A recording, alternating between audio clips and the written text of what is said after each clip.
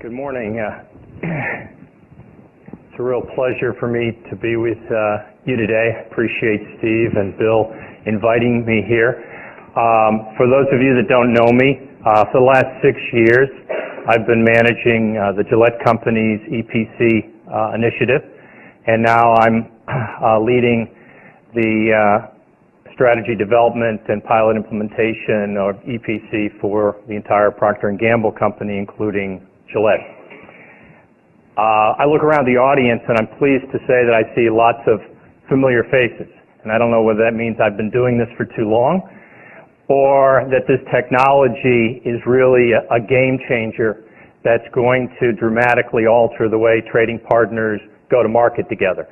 I'd like to think it's the latter, and I hope to share with you this morning some learning and some plans that Procter & Gamble has to implement this technology.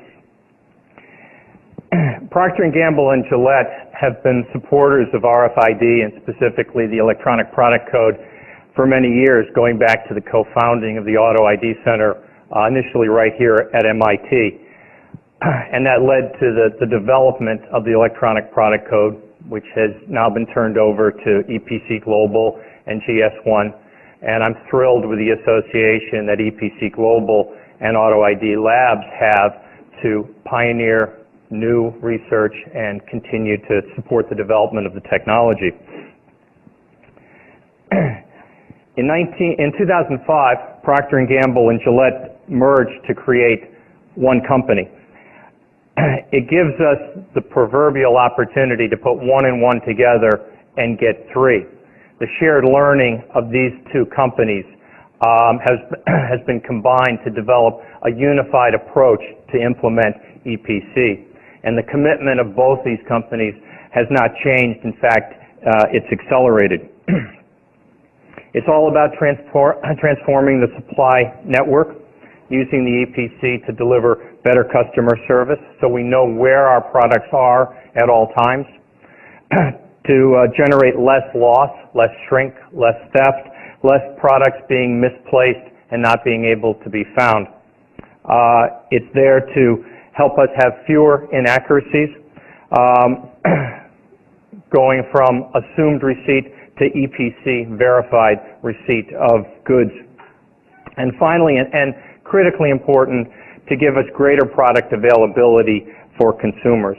As consumer marketeers, Procter & Gamble's #1 complaint is consumers who come into store and can't find the products they're looking for. And we feel the electronic product code can address that. So let me share with you some learning from Gillette and Procter & Gamble.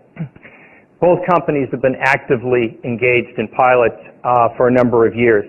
Pilots both in-house within our four walls and pilots with our retail partners. We've done this to test, improve the technology, develop scalable solutions, validate the business case, and drive deployment to deliver business benefits now. We can't do everything we want to do at once, but we need to keep moving in ever-increasing increments, starting with what I heard referred to earlier as low-hanging fruit. Capitalize on that, generate value, realize the benefits, and then capture that learning and move to the next stage.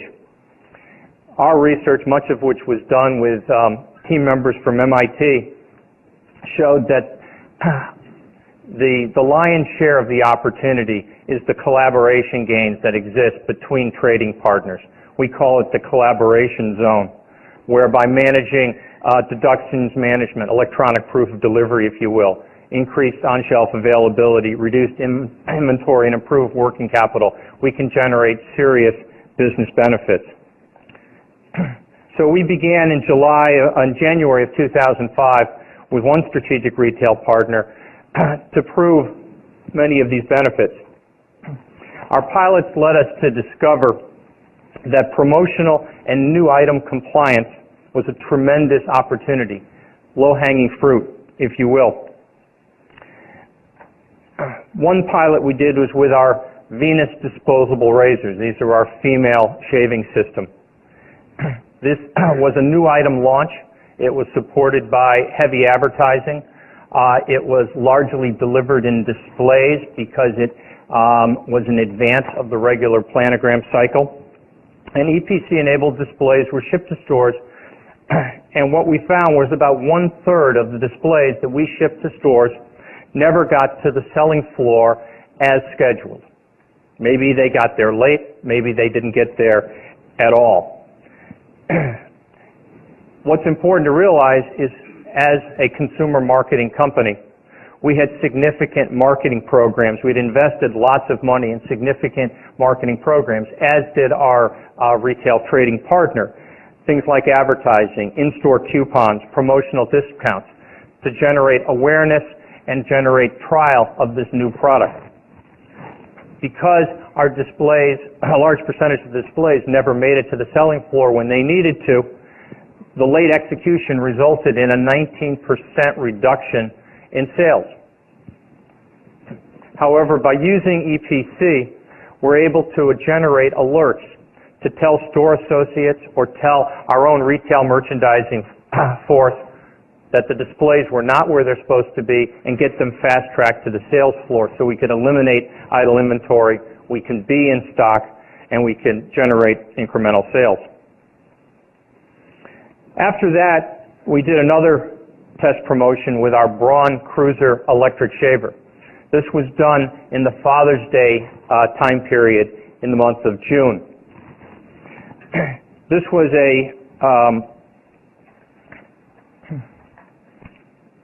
this also was a promotion that was supported by significant advertising.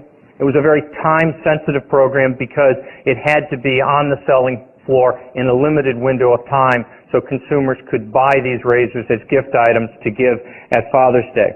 No one wants to buy a Father's Day present after Father's Day. What we found was very inconsistent execution of the promotion in the 19 stores that we tested in.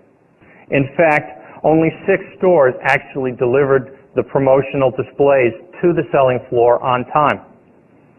5 of them put the displays out on floor at Father's Day or after. And the majority of the displays, 8 displays, were delivered sometime in between. What this meant is that the stores that had the electric shavers out ready for sale on time had a 61% greater sell-through. So the opportunity clearly there for a time-sensitive advertised promotion to use EPC to deliver these displays where they're supposed to be in accordance with the promotional plan that the retailer established. Now let me talk to you about the launch of a new Oral-B toothbrush from Gillette. This was a great new item. It was a battery-powered, it is a battery-powered toothbrush. We had research showing that advertising would generate strong consumer demand, and that was the results we were getting in all of our pre-market testing. These displays, when they were delivered to store, had a target of making it from receipt at the back room of the store to the store floor in 3.8 days. However, as you can see, the results were very inconsistent, and we were able to track this using reads from the electronic product code. On average, the store executed this promotion in 8.8 days, significantly beyond the target they had set for themselves. What this means, as far as the business impact, is that after the displays actually made it to the sales floor, there was a 5 times daily sales increase. So the important thing to keep in mind is when the displays were sitting in the back room and the advertising was running, they were not working effectively. But as a result of having the EPC tag on the displays in the test stores, tracking those displays, being able to respond to automatic alerts generated from the program, and moving those displays to the floor when they needed to be there, we were able to increase the sales potential 5 times.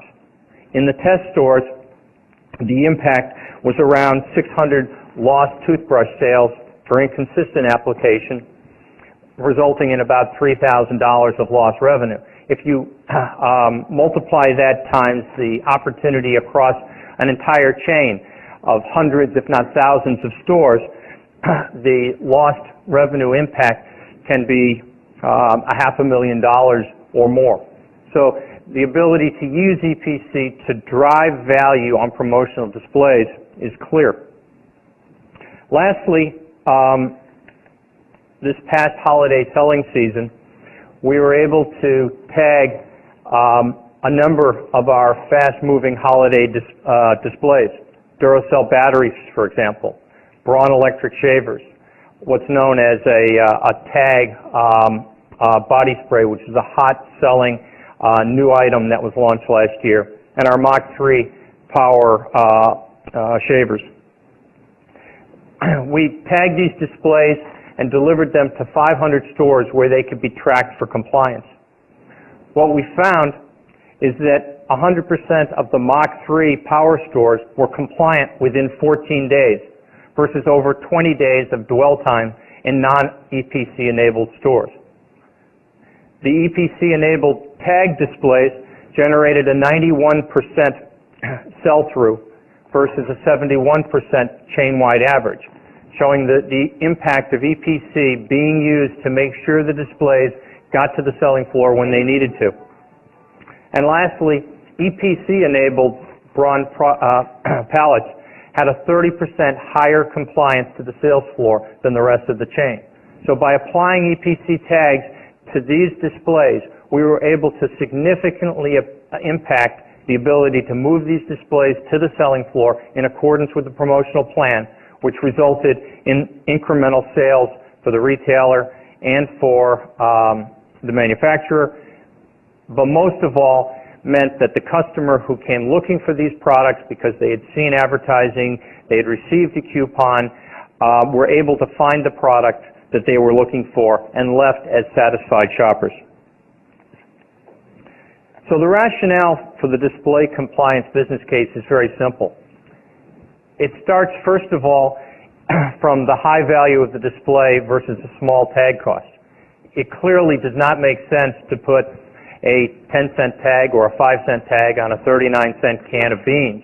However, if you take a 15-cent tag or a 20-cent tag and put it on a display that has 25, 50, 100 items, then the cost-value ratio is much better. We also found from our research that 15 to 40% of stores that were receiving our displays were not compliant with the promotional plan that had been established by management. With EPC, we can correct that. We can create alerts that allow store associates to know whether displays are in compliance or not. And if they're not, go find them and make sure they get to the selling floor on time. By having displays on the selling floor in accordance with the promotional plan, we saw a 20% sales lift. And lastly, practically speaking, tagging displays is easier. They're bigger, it's easier to manage physically. Read rates and tag survival rates are higher because they don't go through break-back operations. They're delivered straight to the selling floor. So the key benefits of moving forward against display compliance as a low-hanging fruit are very clear. It's an opportunity for the manufacturer and the retailer to increase incremental sales, improved availability of the product, improved visibility of the product on floor when consumers are shopping, looking for that product, or to encourage an impulse purchase. And the fact of the matter is, in the consumer goods market, many of our products are impulse sales. Men go to retail not necessarily to buy razor blades, but they see them, they pick them up. The same with toothbrushes. So having the display on the floor generates incremental sales through impulse purchases. Greater shopper satisfaction, which drives brand loyalty. The fact that I came looking for a Procter & Gamble product and was able to find it keeps me a loyal user of that brand, rather than being encouraged to switch to another brand because the toothbrush I was looking for, or the antiperspirant I wanted, or the detergent I wanted was not on the shelf. It's a better marketing investment. It avoids spending advertising dollars, couponing dollars, promotional dollars against empty shelves, or creating excess inventory because you built displays that never made it to the sales floor on time and have to subsequently be broken down or returned. And finally, decrease labor cost. It takes less time to find lost displays, time that then can be turned into more productive activities within the retail environment. Display compliance is one of the low-hanging fruit opportunities that we can go after right now to create immediate business value. Creating value now to drive adoption, to drive tag volume, is the cornerstone of what Procter & Gamble and Gillette has created as the EPC Advantage strategy. This is an evolving execution plan based on our experience, our knowledge, and our focus on delivering value through the use of EPC. Our pilots, our shared learning and value confirm to us that EPC can help both our retail partners as well as ourselves work together to better meet and satisfy the shopper, meet their needs and satisfy them. Our EPC Advantage strategy is designed to deliver business benefits both to Procter & Gamble and our retail partners right now. Said another way, we can't do everything at once, but we can move forward in an ever-increasing, incremental way to build value, generate learning, and then plan future activities. Our EPC Advantage strategy consists of tiering our products and our product scenarios, like display programs, based on the value proposition that they generate and their specific product characteristics. For example, at the very top of the list, the top tier is what we call Advantage products. These are higher value products with strong business cases for EPC. It could include display modules, which support time-sensitive merchandise, like I just described in the business case learning. The mid-tier are what we would call testable products. These are products chosen to support continued testing. We haven't wrapped our arms around the business case just yet, or maybe some technical challenges that we hope to overcome. And finally are the challenged products. These are the ones where we really struggle to establish clear value. These are the ones that have significant technical hurdles to overcome. They need more work. Tiering our products in this way then allows us to develop specific approaches focused on value creation to enable ever-increasing volumes of tagged products. For example, the top tier of Advantage products can deliver benefits now. These are the products we want to move forward with. We want to move forward quickly and capitalize on those benefits and create value. These are scenarios like promotional displays or specific products like Crest White Strips or Gillette Blades and Razors. The testable products need to drive new learning, and they need to be tested and piloted between Procter & Gamble and our retail partners to decide the next round of products and scenarios that we undertake. Products like Swiffer or Braun appliances would fall into this category. And finally, there are products that are challenged. These need continued research. These need the help and support of researchers like yourselves. Manual toothbrushes, Pringles, Cascade, antiperspirants, and deodorants fall into this category for Procter & Gamble. So I'd like to close now by talking a bit about the guiding principles for our work and how you can help us in the future. As Simon said, we want to continue to play a role in understanding how EPC technology creates values for our stakeholders. Continue the learning. This is a journey, and we're very much at the beginning. It's important that we collaborate with our trading partners to identify, quantify, and secure EPC-enabled benefits through process optimization. It's all about changing or adjusting our work processes using EPC data and generating EPC alerts to tell associates or manufacturer merchandising forces how to take action to generate incremental value through EPC for themselves and increase shopper satisfaction for the customers that come looking for our products. We need to continue to review our internal processes.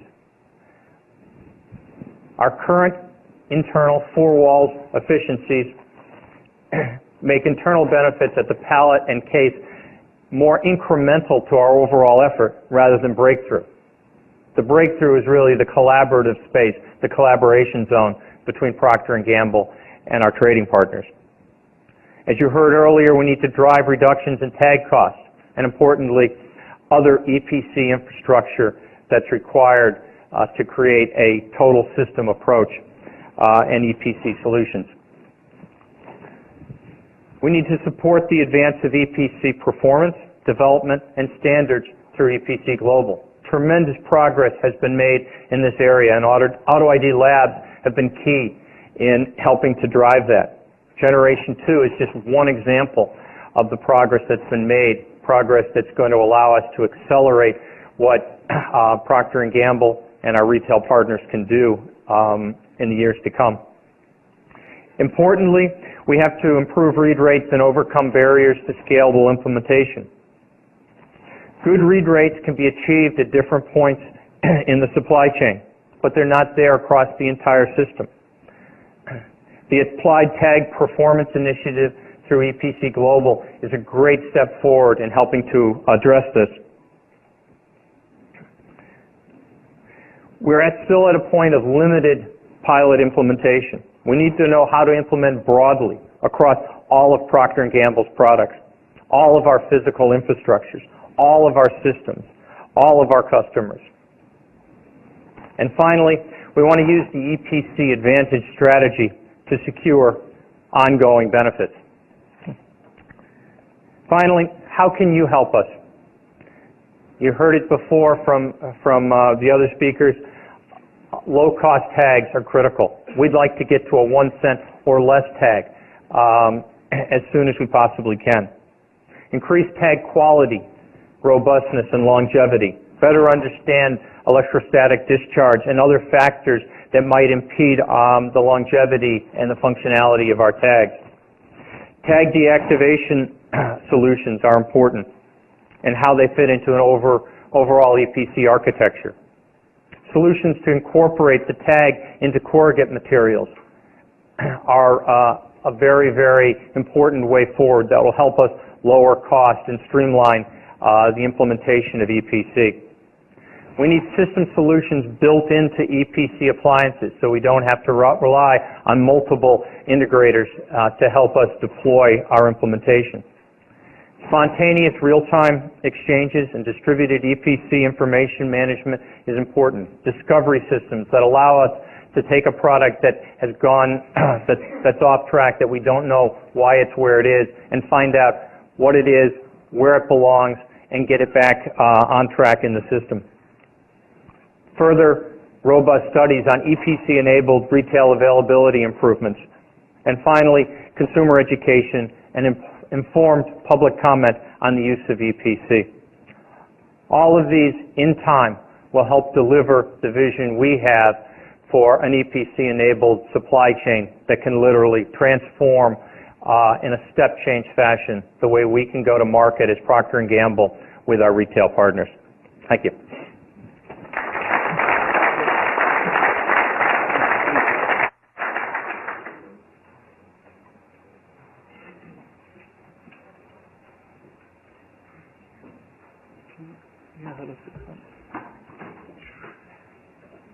While he's hooking up your laptop, Yeah, thank you. That's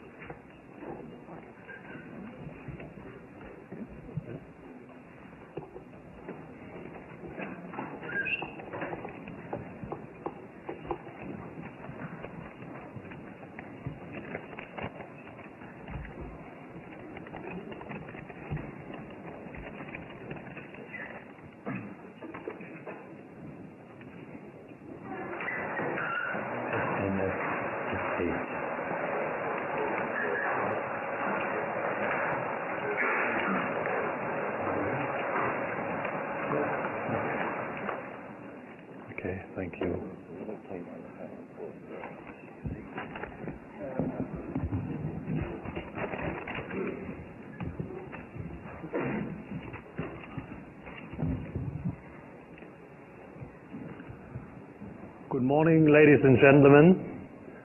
I'm very delighted to present DHL experiences with RFID technology here at MIT in Boston. I'm working in DHL in Germany as sector head for consumer retail, and I will focus in my report on these subjects. Listening to the requirements of our CPG, fashion and retail industry, we design and implement supply chain solutions for the benefit of our customers. RFID is one important enabler who can support our supply chain solutions. Let us start with the main opportunities for RFID, which we see for supplier, logistics service providers, and retailer in the supply chain, followed by the executive summary about that subject.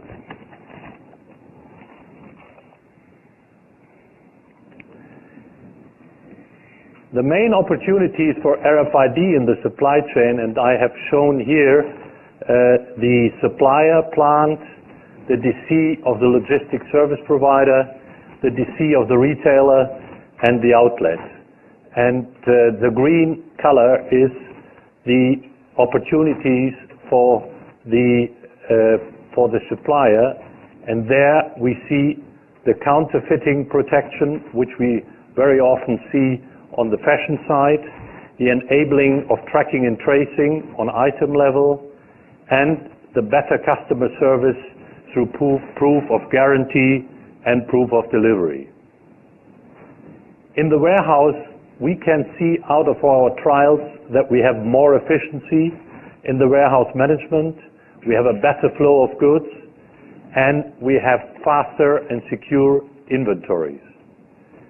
We have optimized picking in value-added services, in kitting of textile and apparel and consumer electronics. And we have all full visibility of each single case. If we look at the DC of the retailer, then we can see a clear and better warehouse visibility. They can manage a higher number of stock keeping units to reduce the stocks and minimize the shrinkage. The cross-docking shipments can be optimized, and we have a better and efficient recall of goods through RFID. On the shop floor, there is the real-time monitoring of sales. The last 50 yards are much better managed, efficient supply from backstore to shelf. There's a permanent monitoring of goods in the outlet, and for the shopper convenience, you can have technical assistance like a personal shopping assistant who is giving you your last buy, what you have done in the store. And last not least, speeding up the checkout processes in the cashier area. Out of that, we want to give the executive summary upfront. We see RFID is the solution for the future. We could see in our different trials cost reduction, quality improvement, and innovative new services like TechFit, what we have done. The entire supply chain will benefit from the use of this new technology after complete implementation and global coverage. We know that barcoding has needed about 25 years, and we see that we have to go quite a long run, but we are not looking at the 25 years. RFID will improve the processes in the supply chain, this is for sure. We could prove fast and accurate handling in unit tracking, speeds up the lead time in the supply chain. Secure data and shipment quality provides more transparency, and continuous tests in various pilots leads to stability of sub-processes. But RFID today cannot be applied for all logistics processes. RFID technology development is not mature yet to steer the entire supply chain. There are still major issues to be solved, such as harmonization of standards, 100% read rates, and technical issues with liquids and metal. What is the supply chain today like? And I'm referring now on a barcode supply chain. You can see here on the top of that chart, you see the product flow, the physical product flow from the manufacturer via the DC and the cross-docking point of the logistics service provider to the DC of the retailer and then to the outlet. On the bottom part of that chart, you see the information flow from the data warehouse of the manufacturer via logistics service provider to the retailer. And when you see there is a lot of processes to be done on the physical flow and on the information flow, I will not go deeper in all these processes, but I want to show you on one process, the loading process, the difference between barcode and RFID. You see here there is a pallet loaded in a warehouse on a truck, and you can see that this is automatically scanned, and then when you see when the traffic light went from red to green, it is at the same time booked out of the warehouse management system into the truck. Later on, the retail partner receives automatically a pre-advice in dispatch advice format. If you look at the same process in RFID process, then you can see there is a small difference. You have full visibility of each single case. You can see here that the reader has read all the cases on the pallet, and we have here one special case that the driver is leaving one box on the shop floor, and here you can see now all the other pallets are loaded, and the only thing, the black box was not seen that it went to the gate. Now the dispatcher is calling the driver, and the driver has to return, and he will run back and he takes that black box, bring it through the reader, and now you can see the reader has seen that everything is loaded, and here it is clear the special delivery is now loaded and he can go to the retail side. What can we learn out of this? We have the full visibility of each single case, which we don't have on the scanning side when it is only passing the scanner. We have a completeness check, and we have a fast allocation of not identified goods by a simultaneous check. What have we done in DHL? Which RFID pilots? We have done pallet tracking, case tracking, and item tracking. We have looked at inventory, order fulfillment, and condition monitoring for temperature, humidity, and shock and vibration. And we have looked at value-added services which we can do out of the RFID technology. I will not go to all the industries. I will only touch now the fashion, retail, and CPG industry in the following pilots. What we have done in 3 pilots was the first one, flow steering of multi-use trays, then a fashion pilot in France, and together with Metro in the Future Store initiative, we have done another trial in Germany. On the flow steering of multi-use trays, we had in our telecom warehouse, we have tagged multi-use trays with 2 tags.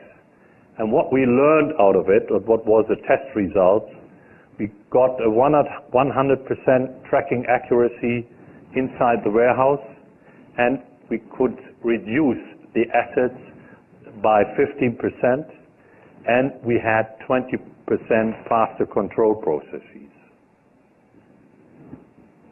On the pilot fashion logistics in France, there we tested hanging garments and flat packs, and there on the control process of hanging garment, we could see we are 4 times faster when we take in the goods than with barcode. We could do the inventory of 20,000 hanging garments in 30 seconds. And we had a significant improvement in control of flat-packed items. What were the key learnings? We learned that we had to limit in the carton 40 pieces. There we need further improvement. And we were not clear if HF or UHF is the right technology, and the customer wants our result.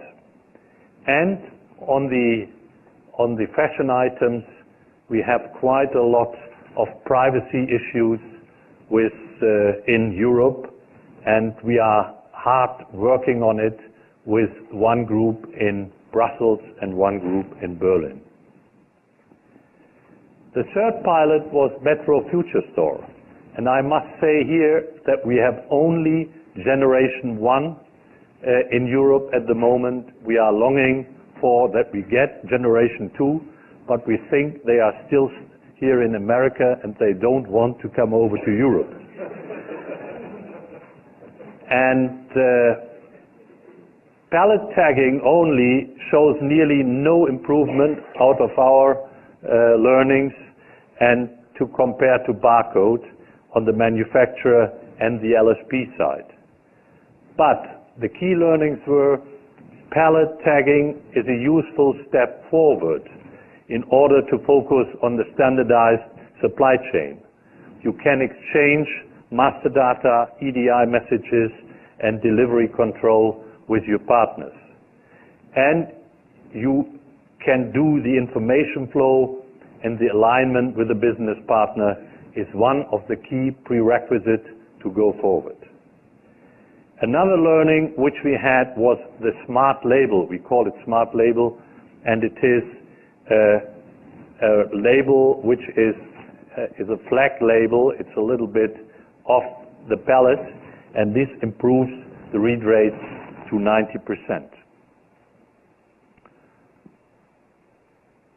What is the benefit allocation? What we found out through RFID. We could say to work with a pallet was a good start, but we didn't see significant advantages against the barcode. When we went then to the box level, then we could see some advantages on the physical sub-processes and on the control side. And the best results we got when we went to the item level, and there on the order picking side and on the stock optimization were the best benefits. What are the main issues for RFID in the supply chain? We could see that the manufacturers have very often their RFID labeling on box level separate as a separate operation. There are still technical issues to steer the production, combine the primary package with the lot number, and there are still high investments for RFID infrastructure, tech costs, reader and middleware, and we are now when we are changing from Gen 1 to Gen 2, there are investments again. There has to be defined appropriate IT tools for enterprise resource planning and production planning systems. On the logistics service provider side, we see again high investments for RFID infrastructure. If you want to have your warehouse ready, you have to tag the locations. Reader, middleware, and others are needs to buy. We have to define appropriate IT tools for control systems, and what I showed you in our fashion trial, that the data capture of bulk were still limited to small quantities. On the retail side, we see there in Europe the read rate below 100%, and only a few goods are tagged. Item level tagged goods are only in pilots, and the read rates for mixed pallets, which we use in Europe, are still below 100%. There are privacy issues of the consumer for the consumer, and a lot of the employees are anxious to lose their jobs, especially on the cashier side. Then we have to solve the disposal of used RFID tags. What is our assessment as logistics service provider for RFID? We want to be in line with the necessities and prerequisites of integrated supply chain management, and we are clearly saying we have to adopt the RFID technology because on the long term we will have a lot of advantages. To share the investments and implementation costs on the short term, I think we can bear it if we see on the long term the profit perspectives. However, what we see, the main potentials of efficiency and cost saving due to RFID implementation in the supply chain will not be realized by logistics service providers. We see more advantages on the retail side and maybe on the supplier side as well. Our RFID positioning today is because we have clearly seen the tag label costs are going down, the performance is getting better, and I think we as DHL, we are between deploy and implementation, and we want to go further right. DHL, after the purchase of Excel, is now the biggest company in the logistics market. We are market leader in ocean freight, we are market leader in air freight, and we are market leader in contract logistics. This area is a very fragmented market. We have only there 5%, but we want to redefine that market, and we think RFID can help us. And therefore, we as DHL have a very strong commitment to EPC Global, because as I have shown you, DHL has to serve different industries with different products and services in all geographies of the world, and we have to face different standards. We need one global standard used by different industries for all products and services. And therefore, our commitment to EPC Global is very strong, because we believe this organization can be the enabler of our vision. Thank you for your attention.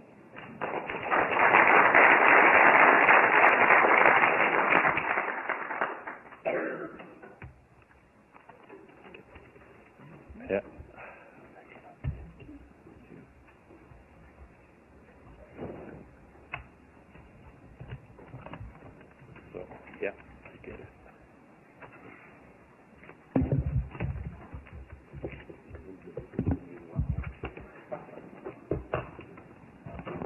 Okay, Brian, just remember we have about 20 minutes. Yes. I think Brian's got like 200 slides. I'll only show half of them.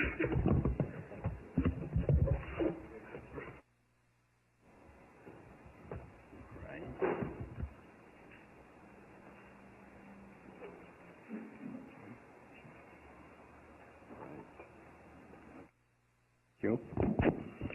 All right. Set myself up. Okay. Good. So before I start, I wanted to make a disclaimer because, as you know, this is being taped for open courseware, which means the audience can be very big. And actually, I'm afraid of what my great-grandchildren will think when they see this, because it will be there on the web. So I just want to tell them that I know I'm not going to say things that will be true, okay? I'm going to make some wild claims, and I just wanted to warn them when they see this, okay? And I guess in passing, I'll also warn all of you. But anyway, okay, good. So let me start by summarizing. I added in the title one thing that was not in the agenda, which is building an academic discipline with a question mark, because I think that's one of the issues that we need to discuss as a community. I'm leaning towards saying yes, but if you had asked me last week, I would have probably said no. So this is just, that's probably why I put the question mark, because I'm still not sure. But I thought, in terms of being a bit provocative, let's take the position that yes, and then let's see where this takes us, okay? Good. So this is a session that we had today, the people. And if I summarize what I've heard from industry thus far, I think the retailers, they're sort of seeing this as a serious opportunity. It's sort of like an iterative process. It's evolving. There's many different approaches that they are using, many different things that they are trying. But I think what's important is that they are extremely collaborative with their partners, but also with academia. So I see this as an opportunity. They obviously need the supplier to help them. They're trying to focus on areas where they see some gain, but they need this help with these deep issues that I've listed here, which are areas where I think we academics can help them. I think very important in building the business cases, but there's a few other areas where they're talking about. What's important also is that even though this is a sort of a supply chain focus, I think what's important, and that's another of the claims that I wanted to make, is that they have a very interdisciplinary need. If you look at the list of things they need help with, they're just not operational things. They need things that have to do with things that all of us have been talking about over the last 2 days, and I will talk about once we finish. So I think that the supply chain needs interdisciplinary help on many, many issues, okay?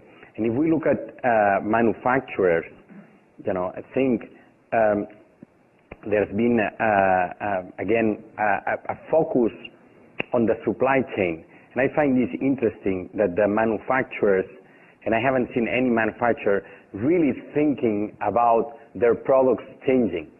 You're still thinking, okay, I'm going to manufacture the same thing. It's just how it works through the supply chain. And if I look at retailers, it's a bit the same thing. It's not like Walmart stores are going to change. They're just going to be, more efficient. There's going to be less out of stocks, okay?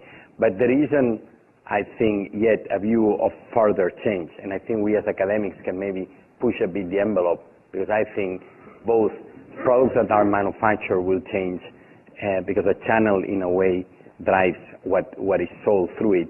And also, I think new store formats will emerge. And in terms of where manufacturers need help, I think it's very similar to what retailers need. So I think the needs are very, very aligned, and it's not that there's some things that help manufacturers and others that help retailers. I think we're getting a very consistent message from everybody here as to what are the areas where we should be doing research. Okay, good. So in many ways, I think we're at the very beginning of an industry. And I use that as an analogy. And this, they used to call it a horseless carriage, very much like some people still call RFID a wireless barcode. And if you think about the changes that were happening, that had happened, or that happened after the first cars were invented and over the last 100 years, you can see the kind of changes that we will see with RFID. And I think it will be actually a bigger change than that one, okay? So, and here's a couple of examples. Also with advertising, we're seeing lots of changes. This is the first, one of the first steamboats, and they had steams and sails. Okay, so many, many changes. So here, again, just to summarize, I think it's important that the supply chain needs a lot more than just supply chain research. And I think that in many ways, if we figure out the supply chain, we'll figure out everything. That's why I'm saying this is NP hard. It's sort of borrowed because I'm a computer scientist. You know, in computer science, they say problems that are NP hard. If you solve one of them, you've solved all of them. So I think that happens with the supply chain. And also that you have enough variety. Based on what I've seen, I think it's the supply chain problems are rich enough that if you solve problems in the supply chain, you'll probably be able to solve pretty much any other problems. But, you know, again, question marks because I'm not really positive. And if you look at how we started, and a slide borrowed from Sanjay and a lot of the work I've been doing together with him, you know, if you look at the opportunities, you can see also that this matches a bit what the supply chain needs. Okay, so I think there's here a nice match, and that's why I'm suggesting. Let's see if we can go to the next one. Okay, seems to be stuck. It's a very good slide, I know. The computer is smart. Okay. Excuse me? No. Well, okay, good. So, that made it. Okay. So, a suggestion I would make to all the researchers here is to use the supply chain as your laboratory. And I think they seem to be open, and I think they've proven they're open. I think it's sort of like an NP hard problem. So I would suggest we do that. And that's what we've done. And I'll give you an example of some research that I've done that I started in 97 by looking at a supply chain issue that I think apparently doesn't have to do a lot with the supply chain, but as you will see, it ended up having a lot to do with it, okay? And just to begin, you know, some of the issues with the supply chain that, again, Sanjay already mentioned. You know, there's lots of issues, but perhaps the place where there's, it seems to be harder to work on is at the edge of the supply chain. That's where the problems are a lot bigger. Customers come in and will do all sorts of nasty things to you. So that's where I think it's very hard. So I think that's a research laboratory if you want to think long term what may happen. If you want to think short term, I think there's some areas where they are better, like some of the portals that we saw with DHL and receiving. I think that they may be easier to do progress there. Okay. Okay. So one of the areas where I did some research was trying to look at a grocery store, okay, and see here what were some of the legal issues that would have to be overcome, okay. And there is a little video. You see a little grocery cart. We actually implemented this and did some tests, and you know the products obviously have RFID, you know, and they send a little advertising because they know what's on the cart, right? So we said, okay, let's try and analyze what are some of the legal issues here. And we came up with a list, which I think you can then go to many other applications and say, okay, what are the legal issues of this sort of embedded intelligence or this product internet? And it turns out that they happen to be a subset of this, okay? So that's why I think it's useful. And so we have a list. We actually even wrote a book and a bunch of papers on some of the issues, some of the legal issues that happen. Here are some of the issues that we came up with. Okay, so again, I think that working on the supply chain, you can really do progress that can help RFID in general. And again, here, if we look at the opportunities, I think what we're seeing, and Sanjay had these three columns, the technology, the applications, and the analysis. I don't know if these are the three columns that we should use going forward, but I think it's a good starting point. What we see, even on this little example on the supply chain, is that these three disciplines are somewhat related. So the technology that you use, depending on what kind of RFID tags you use, you can think of one application or another application. So they're sort of linked, the technology is linked with the applications. The kind of analysis, whether legal issues are important or not, is also related. So I think that that one needs to look at the three things, and that will be one of my basis for suggesting that we need a discipline. But before doing that, let's see. Maybe I need to go to the, you were right here on the arrow. It really doesn't like this light. Okay, good.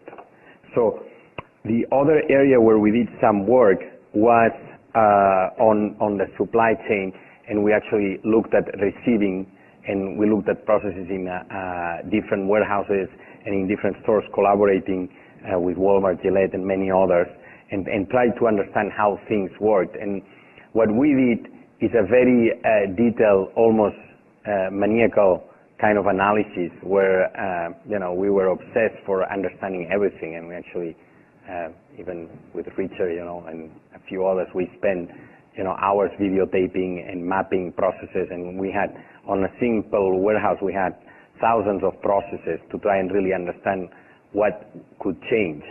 And so we don't really have time to go in detail, but we did learn quite a bit. We have a paper that details the methodology that we used. Okay, but that, just by looking at one warehouses and just by looking in detail at something, you can really learn a lot of things. Just like I showed you what we learned on the legal side, just by looking at that little grocery cart and that little example. Okay, well, we did the same thing with a warehouse, and basically just by analyzing a warehouse, you can come up with a bunch of areas where there can be improvement, and those are areas where RFID can help the supply chain, and they've been published widely. But here also, again, another way of looking at the different areas where there can be improvement.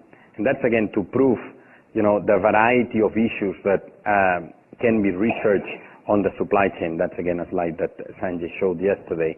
Okay, and I think the nice thing also about RFID is that it can really help you do a very detailed analysis, much more so than you could before. And I mean, our inspiration for some of that work was the scientific management, the work that Taylor did almost 100 years ago on, really understanding the details of, shoveling. He did these sort of studies on how you shovel to try and design what's the perfect shovel, right?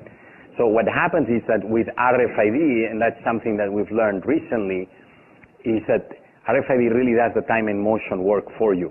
So you no longer need to go with a camera and videotape and analyze, because RFID tells you what happens. So I think that there are major areas for improvement that can be researched. Now, after doing this analysis, we tried and go a bit forward and say, okay, how will the world be? Now that we've seen in a few places how things are, let's try and look for the future. And our rationale, I mean, imagine, that fellow in the car, Mr. Ford.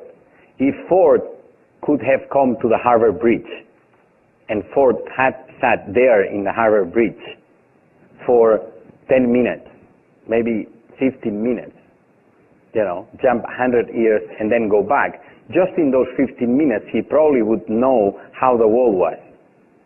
If you just have a snapshot of a small place, how it evolves, okay, you really can tell a lot about the future.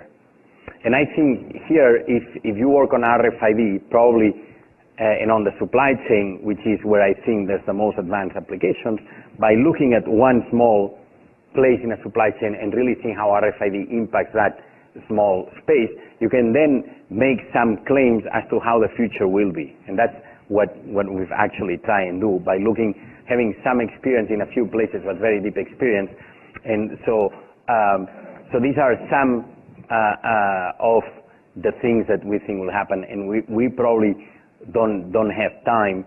I think a trend that we believe will happen is for increased fragmentation. So there will be a lot of fragmentation, and the supply chain will go more from a sort of supply dedicated line of products that you ship to more of like a packetized network, if you know what packetizing is in telecommunications.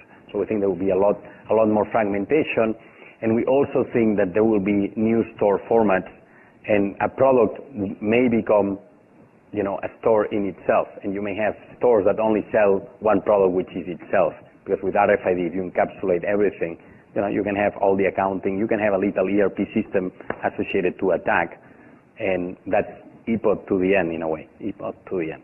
Okay, good. So again, this is another example where by looking at business cases, you know, you have to make assumptions. So by doing the analysis, you make the assumptions of the technology, and then you need to come up with the application. So again, all these things are very, very related. So if we think, okay, same problem. Good. So then a question that we have, if we take this view that we need to work as a group, you know, I think the question is how we collaborate.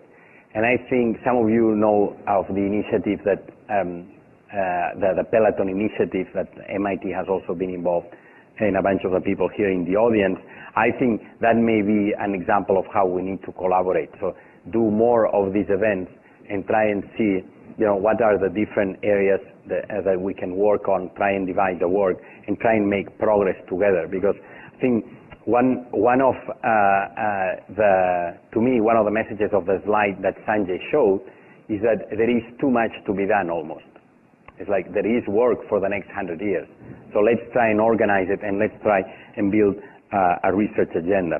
So these are just slides from the Peloton that we don't have time to go through. But the idea here is that different players from the industry are trying to collaborate and see how things are evolving. And Vinit over there is like the expert on this right now. So he can tell you all about it. And this is, you know, all the different players and how they see evolving. And it'd be nice if we had something like this for academia. What are the different areas where we're going to do research? What are the problems we're going to try and solve?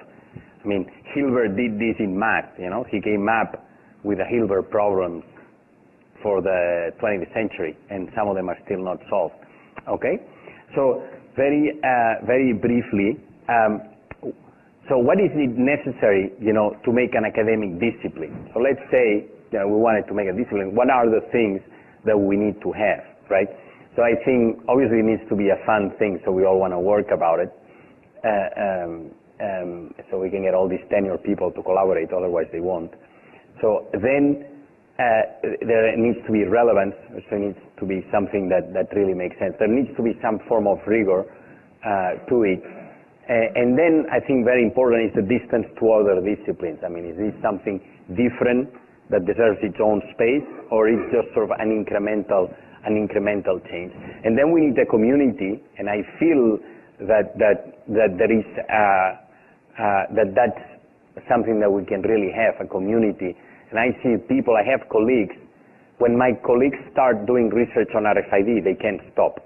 It's very hard to find people that stop working on RFID. You know, once they start, you know, they stay with it, because it's very fascinating, and there's lots of stuff. And I think there's a business interest. So if you take, for example, civil engineering or architecture or even computer science or AI, I think we have something similar to those disciplines. I think, you know, if architecture has its own discipline, isn't this something a lot bigger than architecture? I mean, this is going to change the virtual world in a way that's, I mean, it's not even funny. If you look at, computer science, all computers have all been linked so far to screens, right? And all of a sudden, RFID now brings computing to the world, and the whole world is a computer. If that doesn't deserve a discipline, I mean, so that's my view, okay? I may be wrong. So that's my instinct, that we should create a discipline, okay? And obviously, like civil engineering and architecture, we're going to draw from others. I mean, it's not like we're going to do everything from start. And I think we need to start close to the real buildings, like architecture and civil engineering. And I think the best place is the supply chain, so that would be my suggested laboratory, okay? And obviously, we need to define a research agenda. And so now my final slide, in terms of next steps, I think we need to start with these silver problems. What are the big problems, okay? And I think we need to take Sanjay's 3 columns and decide whether it's 3 or 4, but then I think we need to go across and say, okay, what are some of the threats that we can work on, okay? And I think we need to do it with industry and EPC global, so close to reality, okay? And then we need to build the academic community and grow the discipline. Anyway, that's just my thoughts, okay? Thank you.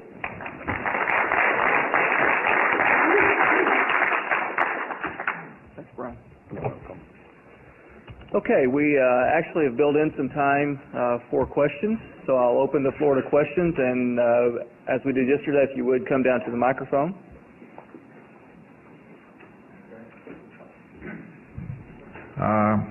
Oliver Hedgepeth, University of Alaska.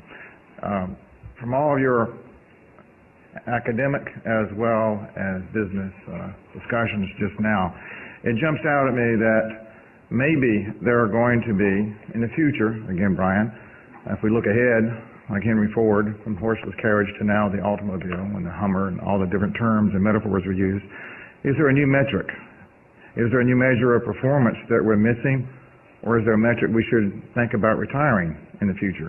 Henry Ford didn't see the measures of performance we use today in the automotive industry.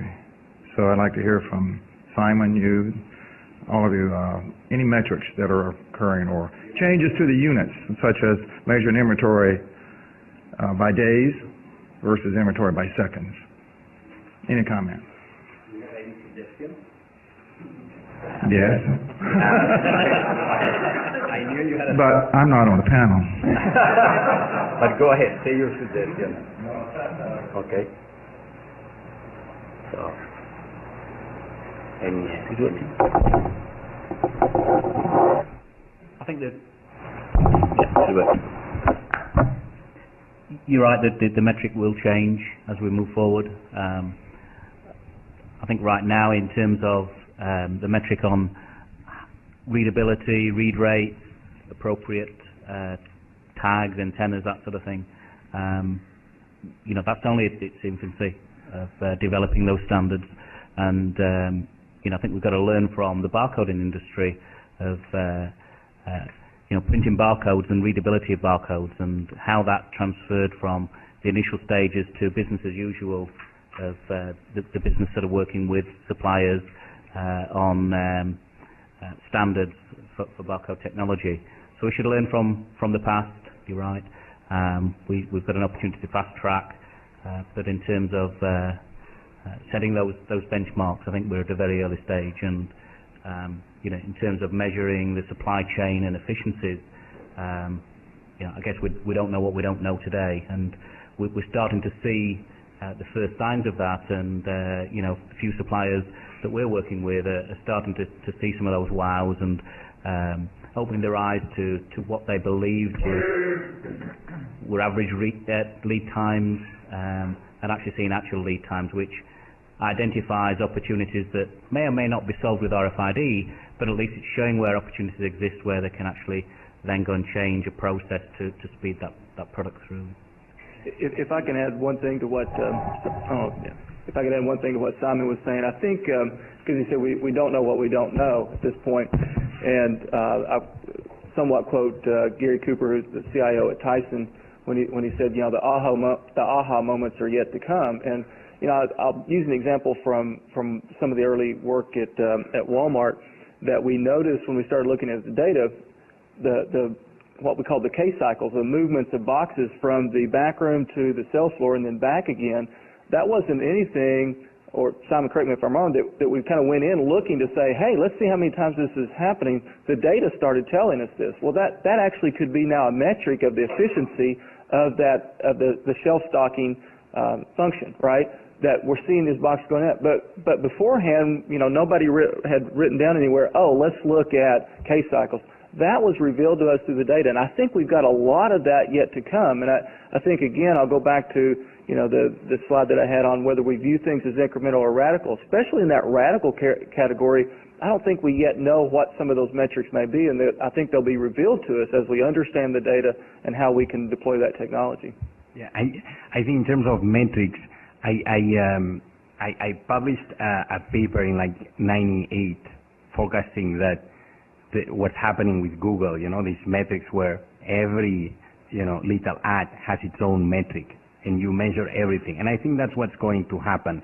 So we are going to micro-measure absolutely everything. And we're going to know, whether is it worth it to take a right or take a left. And associates will know that should I go to the right or to the left. Where is it more likely that I'm going to generate value to do zoning?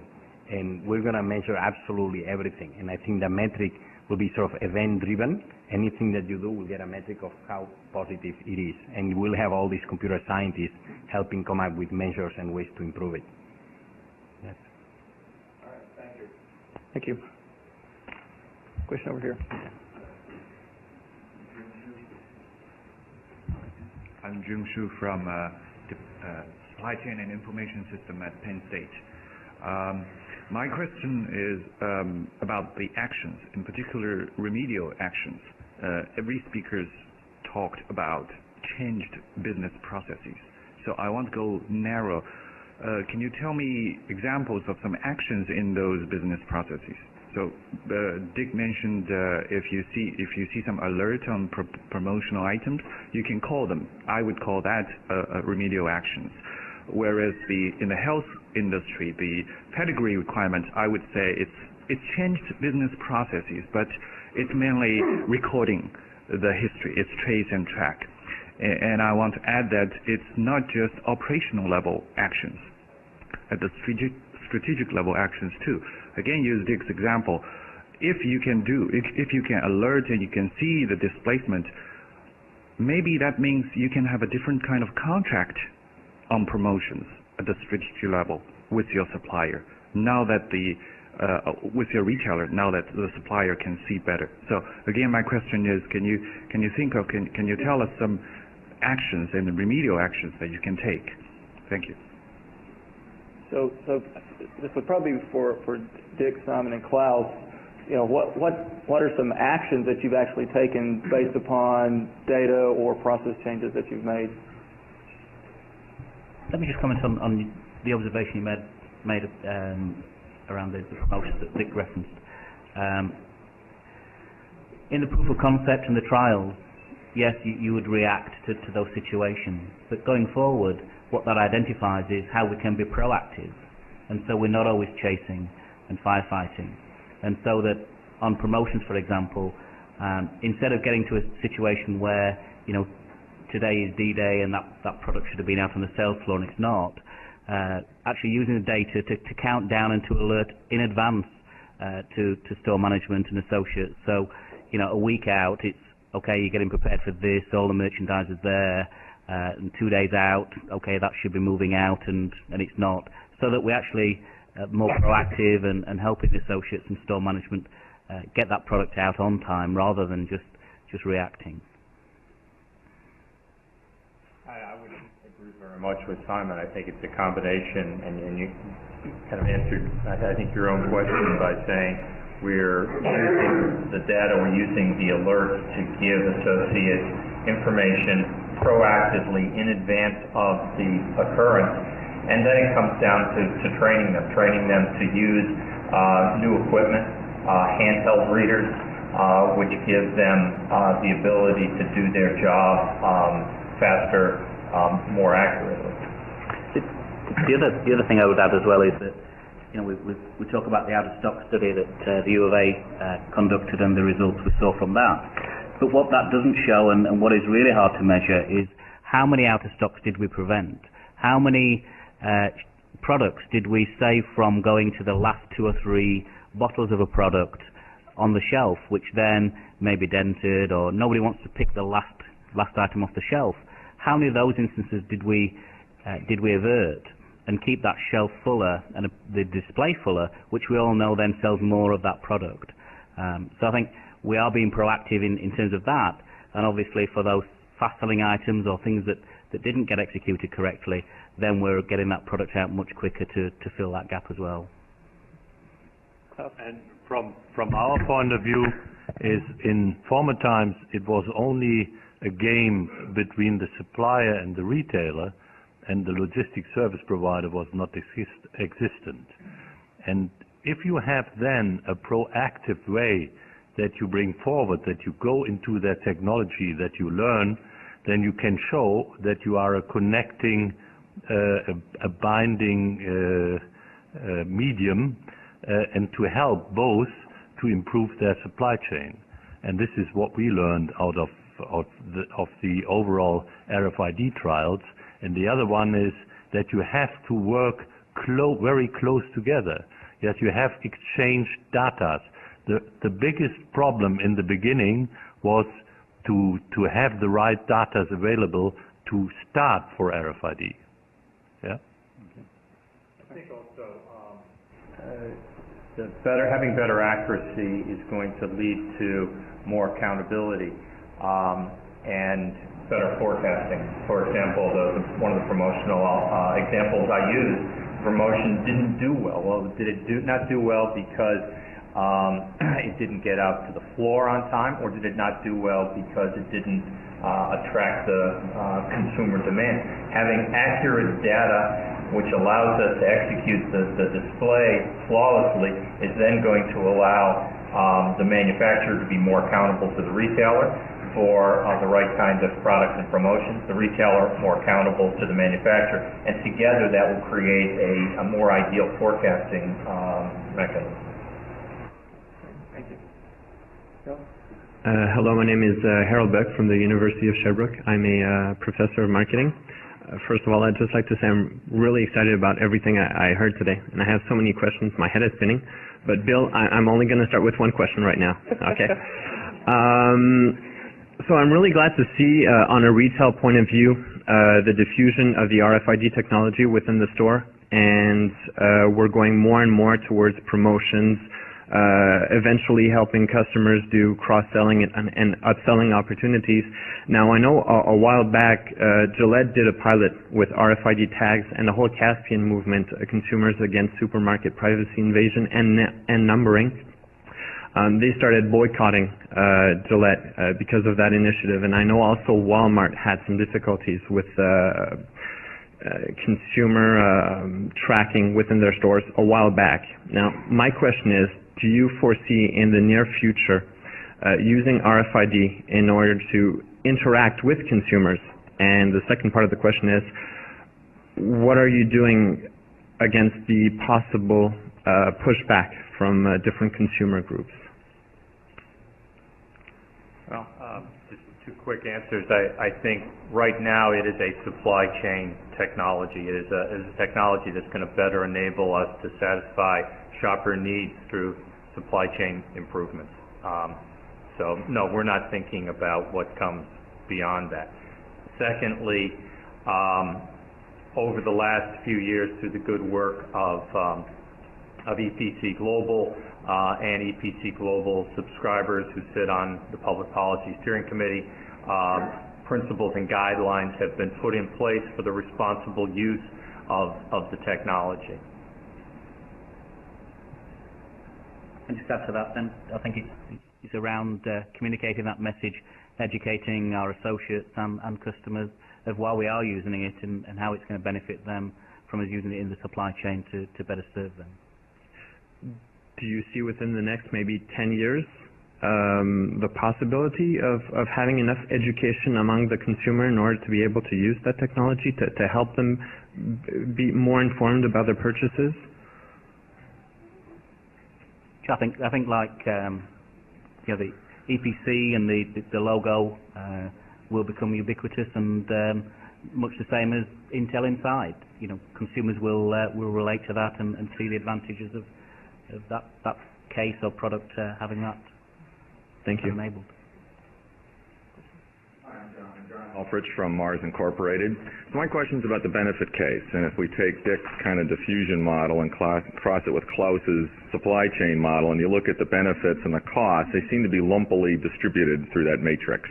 So one of the barriers to adoption is the dislocation of the benefit and the cost, and I know that's starting to cause slowing the rate of adoption. Just even thinking about it, not even working, but thinking. If that's a barrier to thinking, it seems to be one of the areas, and if the combination between the cells in that matrix are really where the benefits are in collaboration. So I'd like you to answer two questions. One is, what about that benefit case? Is it really as lumpily distributed as it seems?